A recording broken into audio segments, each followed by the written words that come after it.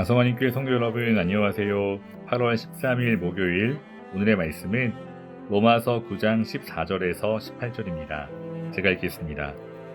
그런즉 우리가 무슨 말을 하리요? 하나님께 불의가 있느냐? 그럴 수 없느니라. 모세에게 이르시되 내가 긍휼히 여길 자를 긍휼히 여기고 불쌍히 여길 자를 불쌍히 여기리라 하셨으니 그런즉 원하는 자로 말미암음도 아니요 다른 박질하는 자로 말미암음도 아니요 오직 긍휼히 여기시는 하나님으로 말미암음이니라. 성경이 바로에게 이르시되 내가 이 일을 위하여 너를 세웠으니 곧 너로 말미암아 내 능력을 보이고 내 이름이 온 땅에 전파되게 하려 함이라 하셨으니 그런즉 하나님께서 하고자 하시는 자를 긍휼히 여기시고 하고자 하시는 자를 완악하게 하시느니라. 아멘. 어제 생명의 산 본문에서 하나님께서 야곱을 사랑하시고 에서는 미워하셨다고 말씀하셨습니다. 그런데 하나님의 이 같은 선택은 야곱과 에서가 이 땅에 태어나기 전에 이루어졌습니다. 다시 말해 야곱과 에서가 이 땅에서 행한 어떤 선과 악과는 전혀 관계없이 이루어졌습니다. 오직 하나님의 그 뜻대로 이루어졌습니다. 성도 여러분, 여기서 우리는 한 가지 질문을 할 수밖에 없습니다. 하나님께서 불공평해 보입니다. 우리가 이해할 수 있는 어떤 기준도 없이 하나님께서는 야곱을 선택하셨고 또 에서는 선택하지 않으셨습니다. 우리의 눈에는 불합리하게 보입니다. 여러분의 생각은 어떠신가요? 그런데 바울은 하나님께 불의가 있느냐? 아니, 절대로 그럴 수 없다고 주장합니다. 그 이유가 무엇일까요? 성도 여러분, 오늘 본문의 말씀을 이해하기 위해서는 먼저 긍휼에 대한 올바른 이해가 필요합니다. 오늘 이 짧은 본문에서 계속 반복되는 단어가 바로 긍휼, 멀시입니다. 15절을 다시 읽어보면 하나님께서 내가 긍휼히 여길 자를 긍휼히 여기신다고 말씀합니다. 더 나아가 바울은 하나님을 긍휼히 여기시는 하나님이라고 소개하고 있습니다. 그런데 성도 여러분, 긍휼이 무엇인가요? 자격이 있는 사람이 무언가를 보상받을 때 우리는 그것을 긍휼 혹은 자비, 멀시라고 하지 않습니다.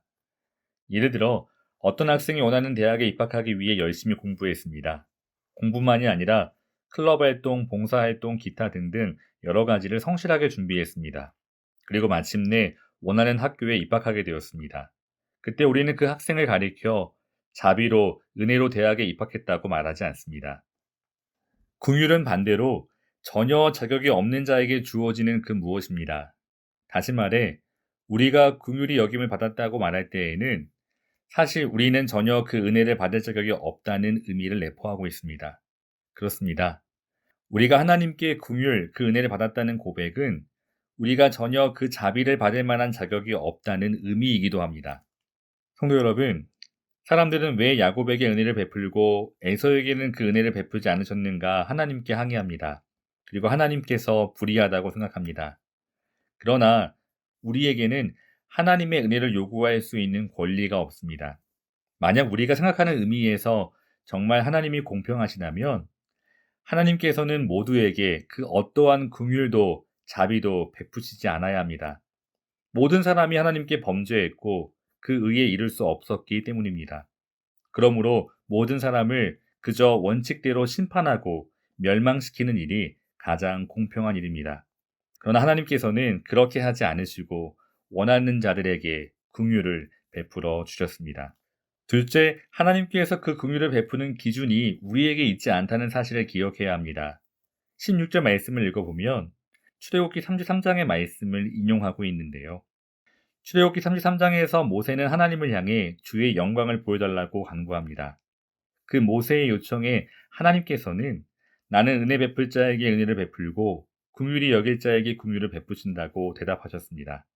이 모세의 이야기를 인용하며 바울이 강조하고 있는 바는 하나님의 긍휼과 자비는 우리의 노력으로 얻어낸 것이 아니라는 점입니다. 모세가 기도했고 또 간구했기에 그래서 모세에게 베풀어 주신 것이 아닙니다. 그저 하나님께서는 자신의 뜻대로 모세에게 베풀어 주셨습니다. 우리도 마찬가지입니다.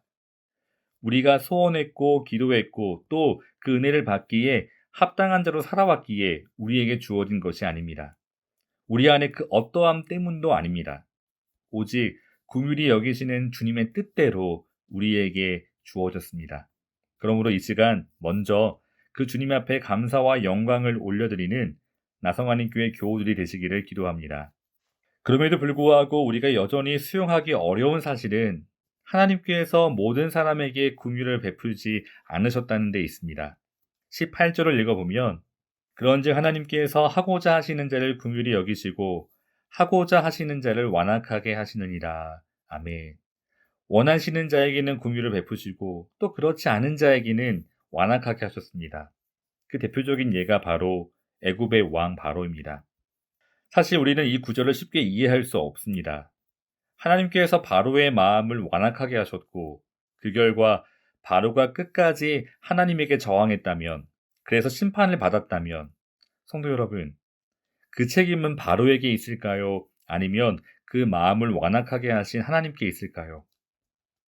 그런데 사실 성경을 보면 하나님께서 바로의 마음을 완악하게 하셨다는 말씀과 또 바울 스스로 그 마음을 완강하게 하였다는 말이 동시에 나옵니다. 다시 말해 바로는 원래 올바르고 선한 사람인데 하나님께서 마음을 완악하게 하사 그가 폭군이 되었다는 의미는 결코 아닙니다. 성경을 보면 사실 바로가 좋은 사람이 아니었습니다. 바로는 자신과 그리고 애굽의 영광을 위해 이스라엘 사람을 착취했습니다. 심지어 이스라엘을 지배하기 위해 2살 이하의 영아들을 무참하게 살해하기도 합니다. 그러므로 완악하게 하셨다는 이 말씀은 하나님께서 바로를 그저 그 자신의 욕심과 거짓된 욕망에 사로잡혀 살아가도록 놔두셨다는 의미로 이해할 수 있습니다. 사실 하나님의 가장 큰 심판 가운데 하나는 로마서 1장 24절 말씀과 같이 그 마음의 정욕대로 더러움에 내버려 두는 것입니다. 이처럼 하나님께서는 바로를 그 자신의 정욕과 욕심에 내버려 두셨습니다. 그 결과 바로의 삶은 파멸로 치닫게 되었습니다. 사랑하는 성도 여러분, 하나님께서 그 삶 가운데 찾아와 말씀하시고 간섭하시고 또 고쳐주지 않으신다면 사실 누구도 예외가 없습니다. 우리도 역시 파멸로 치닫게 될 것입니다. 바로와 전혀 다를 바 없습니다. 하지만 하나님께서 우리의 삶을 버려두지 아니하시고 찾아오시고 간섭하시고 또한 고쳐주신 줄 믿습니다. 사랑하는 성도 여러분, 마지막으로 한 가지 더 강조하고 싶은 것은 왜 하나님께서 야곱을 선택하고 에서를 선택하지 않으셨는가? 왜 모세에게는 긍휼을 베푸시고 바로의 마음은 완악하게 하셨는지 우리는 다 이해할 수 없다는 사실입니다. 그 누구도 명쾌하게 설명할 수 없습니다. 왜냐하면 하나님께서 그 이유를 우리에게 모두 다 보여주지 않으셨기 때문입니다. 성도 여러분, 우리가 하나님의 뜻과 계획을 다 이해할 수 없을 때 어떻게 해야 할까요? 우리의 생각에 하나님이 그저 불합리하게 느껴질 때 어떻게 반응해야 할까요? 그 의심과 질문 자체를 저는 부정하지 않습니다. 특별히 아직 어린 학생들과 청년들이 질문할 때 왜 그런 질문을 하냐고 결코 면박 주지 않습니다. 오히려 격려합니다. 하지만 한 가지를 꼭 부탁합니다. 그 부탁은 다름이 아니라 바로 십자가를 바라보라입니다. 사랑하는 성도 여러분, 피조물인 인간은 결코 하나님을 다 이해할 수 없습니다. 우리는 하나님께서 알려주신 그 지점까지만 이해할 수 있습니다. 그러므로 그 이상을 넘어가면 궤변이 될 수 있고 또는 잘못된 사상과 신비주의에 빠질 수도 있습니다. 그러나 우리에게는 예수님이 계십니다.